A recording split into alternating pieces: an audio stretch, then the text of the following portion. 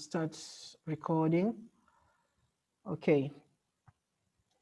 So this includes improvement of technology, airline efficiencies, and the role of supply chain in the aviation operations at all levels. So it's not only just about aircrafts. It's not only just about fuels that we are using. It's not only just about airports. It's the whole supply chain in the aviation operations, from the factories where the aircrafts are manufactured, from the design, from the planning, like planning of the airports, like you are going to put your airports, you make sure that you don't put it near the people, near the animals, so that you don't ruin the environment. That's why you're seeing most of the airports are far away from the cities. So the global aviation operations alone account for 2% of the global greenhouse gases emissions. That's equivalent to 700 million tons of carbon dioxide. 700 million tons of carbon dioxide, of which we know that for a person to survive, you need to not exceed 0.04 of carbon dioxide. Just after that, you have several health repercussions. So with this 2% already in the world or in the globe, we are having 7 million tons of carbon dioxide. So imagine with the volume with this volume, how about it exceeds? And we very well know that aviation is very growing, like it's a very fast growing sector, of which is estimated by 2050 to be doubled, because demand is exceeding. Every time people want to travel, every now and then you hear someone wants to go for a vacation. Every time you hear someone wants to travel to a certain destination. So all this, every mile you travel, there is an addition of carbon dioxide. It's not just carbon dioxide. There are several other very disastrous gases like nitrogen oxides, which are very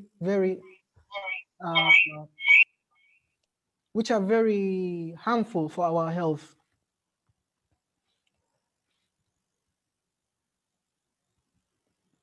So let me give you a trend. This is the trend of the traffic, world traffic, from 1960s to 1950s, including all the means of transportation.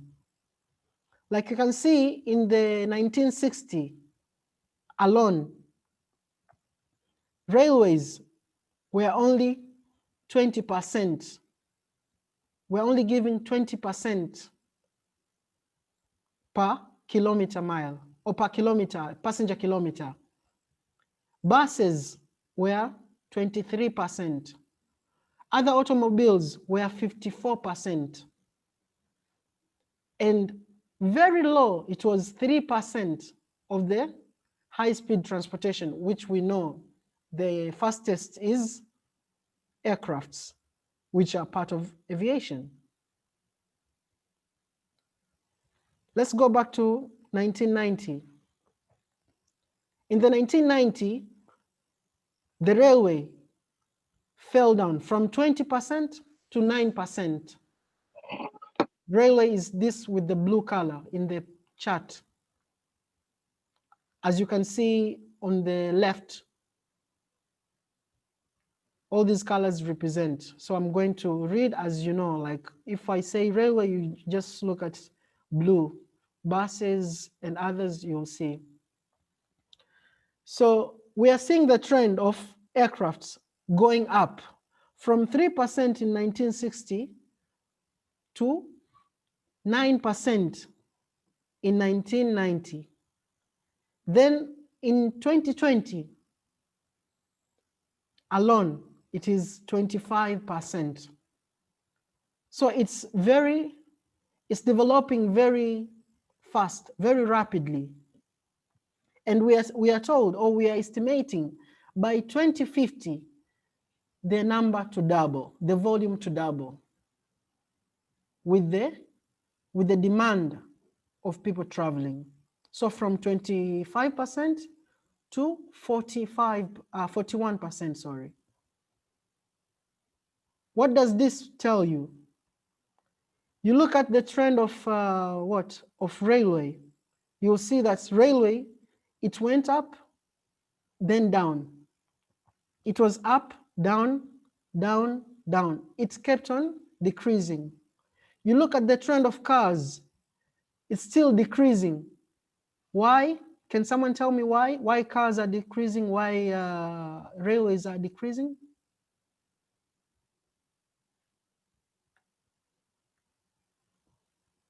Anyone can say something?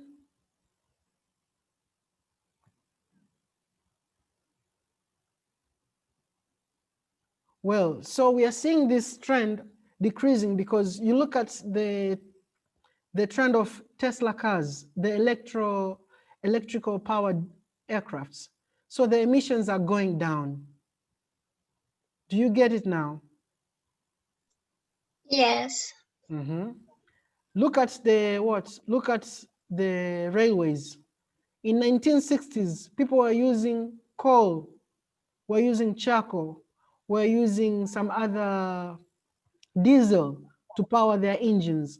But today we have electrical trains. Do you get it now? Same trend, it's Yes, going sir. with the buses. So buses are also from 29% to 26 and now 20 by 20 by 2050. So this trend is all moving in the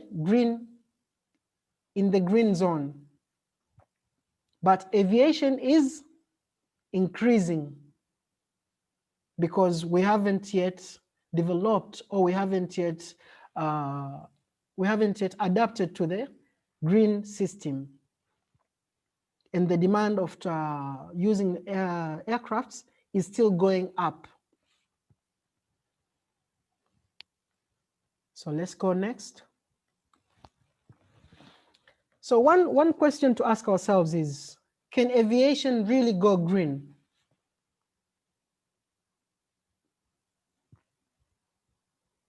Guys, before we discuss together, let me hear you. Can aviation really go green? Yes, aviation can go green on the sense that the fuel used for aviation can somehow be changed. Okay, that's great. Any other person? Maybe it cannot make a complete transition into going green, but I think a lot of improvements can be made, just like with automobiles. In the past, they relied heavily on petroleum, diesel, but now they have come up with ways to make it electric. So I think something similar can also be made for the aviation industry. Okay, thank you. Any other person?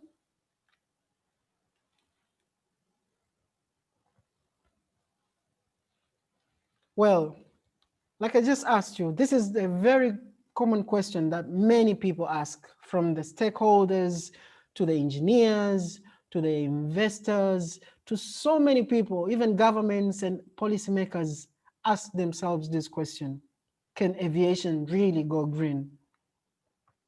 This wide question involves many players, like I just mentioned. And however, there are three main areas of concentrations that sum up the whole process: aircraft technology, air transport management and operations, and alternative fuel. These are the main three areas of concentrations. Just like in cars, you look at, if we are to replace aircraft and put cars or automobile technology, instead of building, or instead of designing technology, diesel technology or petrol technology, we are designing solar powered, wind powered, water powered. So in the aircraft still, we have to adapt this technology. Like instead of thinking about kerosene or avgas, we should at least embrace solar. We should at least embrace biofuels. We should at least embrace liquid hydrogen, which are very natural gases with less emissions and even sometimes no emissions at all. Air traffic management. You can see, you guys have traveled. Sometimes you reach an airport and they tell you, hold, go around. Those are 15%, 15 to 18% of the fuel consumption. Like for the pilots or for those flight operators can know, like in planning for any flight, you have to add 18% of the holding pattern. So all this, by holding there, you're burning more fuels. Burning more fuels increase what? Increase emissions in the atmosphere.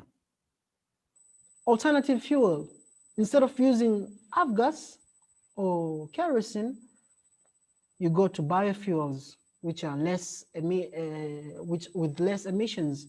You go with solar, and how you can see the range of the flights. So all this, you are now having a clear picture of how to go green using these three using these three concentration parts. Let's go next. So let's start with aircraft technology. As we just discussed, so this is just all I said is now written here. Like the big question, the improvement of aviation sustainability starts with the development of the efficient technology used in the designing, manufacturing, and operation of the machines that produce emissions. As of aircrafts, design, materials, and the engine design play a significant role. So it's not just about manufacturing, it's about design, materials you use. Like you guys know about the heavier the aircraft, the more the fuel will be needed to generate power or lift. In aerodynamics also, the heavier the aircraft, the more power it will need. And the more power it will need, the more fuel it will burn. Yes? The designing, the wing tips. The smaller the wingtip, the more the vortices, the more what drag you're causing.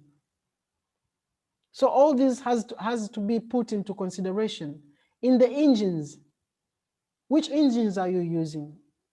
Okay, if it's turbine engines, if it's propeller engines, what are the factors that you're considering your engine to be more powerful with the less fuel combustions?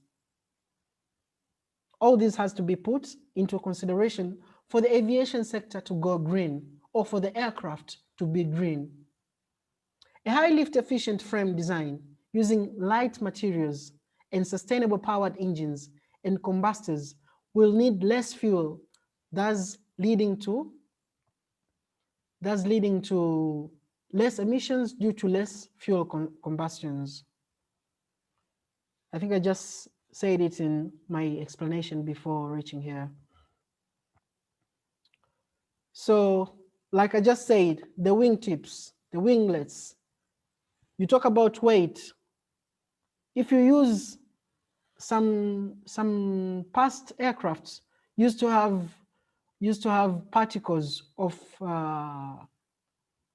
some particles which were very heavy. You talk about some steel. You talk about they used to have steel. They used to have what?